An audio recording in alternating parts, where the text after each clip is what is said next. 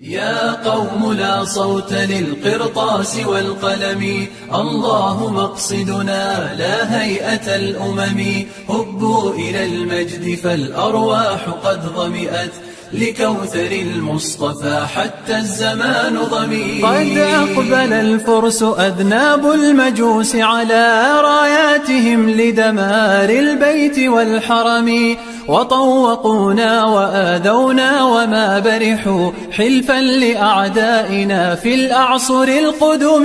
خانوا العراق وصار الشام في يدهم رهينة، وأذلوا العرب بالعجم. دكوا المساجد فوق الساجدين ضحى، وضرجوا الأرض من أجسادنا بدم. قادوا الحرائر ثكلى في حظائرهم، ولا رعوا حرمة الإسلام والحرم.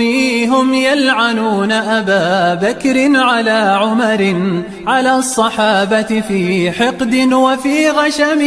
عمائم أقبلت سودا تحاربنا، باسم الحسين تدس السم في الدسم.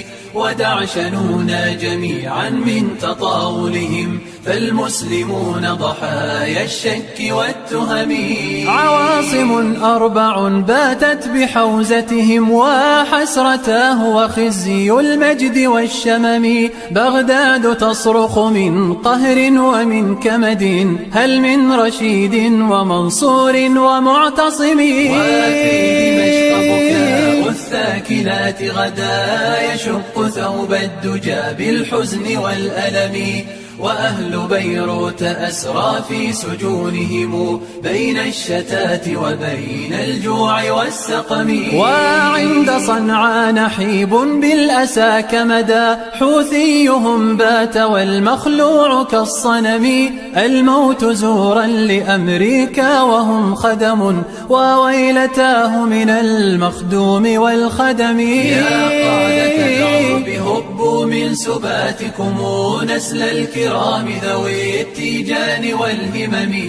هيا انصروا راية التوحيد واتحدوا، إن الحوار المرجى سيف منهزم. وذكروا الناس سعدا يوم جند لهم في القادسية فتك الذئب بالغنم. ستذكرون كلامي بعد آونة، قبل العويل وقبل الغبن والندم. يا قوم لا صوت للقرطاس والقلم، الله مقصدنا لا هيئة الأمم. هبوا إلى المجد فالأرواح قد ظمئت لكوثر المصطفى حتى الزمان ضمي.